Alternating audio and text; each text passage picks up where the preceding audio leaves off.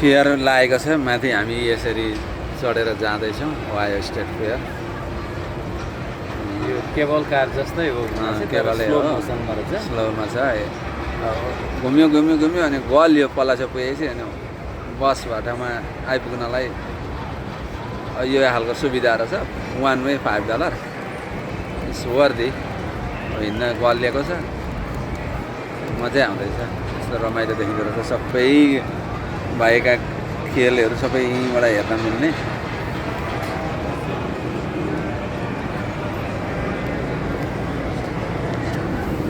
यता पछाडि पनि आउँदैछन् हो।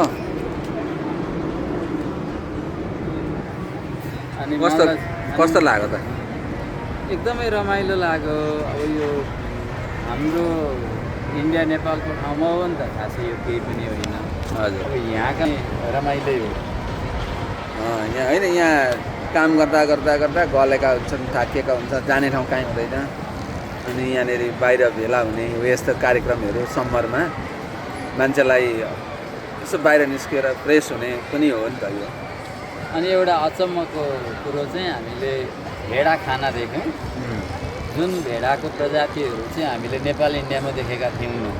त्यति धेरै जात जातका लगभग थियो होला 1000वटा भेडा जति। अब कोही ऊन काटिरहेका, कोही के गरिरहेका, कोही दुध चुसिरहेका, कोही के गरिरहेका। त्यति धेरै प्रजाति भेडाहरूको प्रजाति चाहिँ मैले चाहिँ भनौँ न, पर्सनल मैले चाहिँ देखेको थिएन। यहाँको यो जुन परिपाटी छ यसरी अब फेयरहरू भनेको मेला हो नि त, नेपालतिरको मेला र यहाँको मेलामा के फरक पाउनुभयो? यहाँ भिड कम्ती छ, वहाँ हो भने भिड प्रशस्तै हुन्थ्यो। ठेलाठेल हुन्थ्यो, ठेलाठेल मारामार हुन्छ। त्यहाँ अर्को कुरो, अब यहाँनिर बसको सुविधा जति नेपाल इन्डियामा छ त्यति यहाँ छैन। यहाँ अब पर्सनल आफ्नै कार कुदाएर आउनुपर्ने। त्यो पनि छन चाहिँ हामीलाई थाहा नभएको हो। यहाँको जुन सेन्ट्रल ओहायो ट्रान्जिट अथोरिटी भन्ने COTA कोटा भन्छ, त्यो पनि छन चाहिँ। अब त्यो भनेको निम्नवर्गीय आफ्नै साधन नहुनेहरूले प्रयोग गर्छन् देखिएको छ। तर अब त्यसमा पर्खिनुपर्छ, समयमा आउँछ। नेपालको जस्तो 2 मिनटमा बस चढ्न पाइने सुविधा चाहिँ होइन। र पनि यहाँको अब ठेलाठेल गर्ने, एकअर्कालाई गर्ने त्यस्तो खालको चाहिँ यहाँ छैन। यहाँ जे छ सबै सिस्टमेटिक छ। अनि प्रशासन सँगसँगै छ। सँगसँगै यहाँनिर अब सिक्युरिटीहरू, पुलिस सिक्युरिटीहरू मजाले ठाउँ ठाउँमा राखिदिएको छ। र त्यस्तो खालको यहाँ अपराधीकरण बन्दै हुँदैन। अघि एउटा संयोगको कुरा, अघि हामी छोरीले झोला हराइछ अनि आधा घन्टा पछाडि झोला खोज्दै जाँदा झोला ठ्याक्कै भेट्यो। झोलामा त्यही ठाउँमा झोलामा के हरायो कि भनेर यसो खोजी तलास गर्दा हराएको पनि छैन।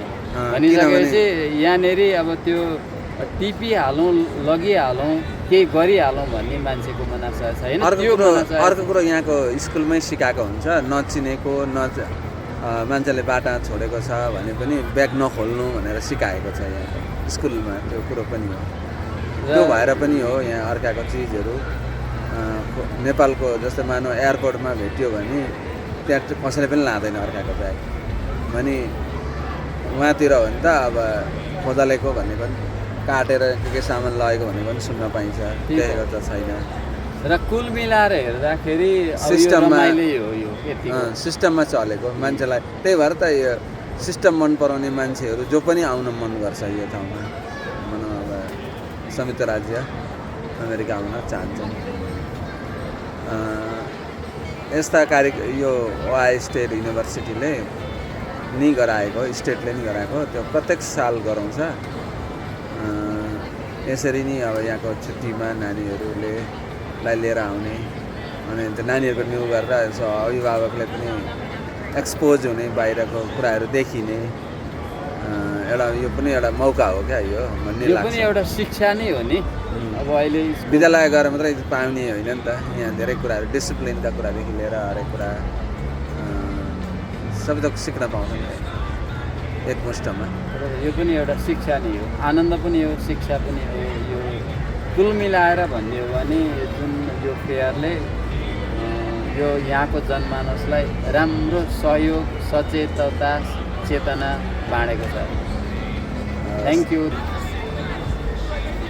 ल मैले अब यता देखाएँ बाहिरी वातावरण, एकछिन भलाकुसारी गरियो कस्तो लाग्यो भनेर। अब बाहिरको अवस्था हेर्नु होला।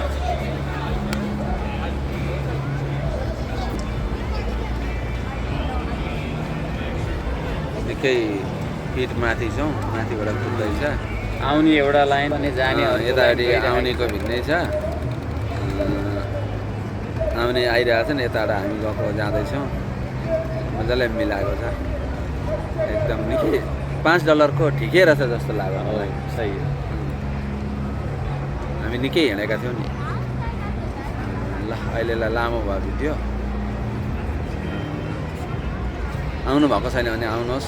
आयो नजिकै हुनुहुन्छ भने कलम्बस डाउनटाउनकै छेउमा हो।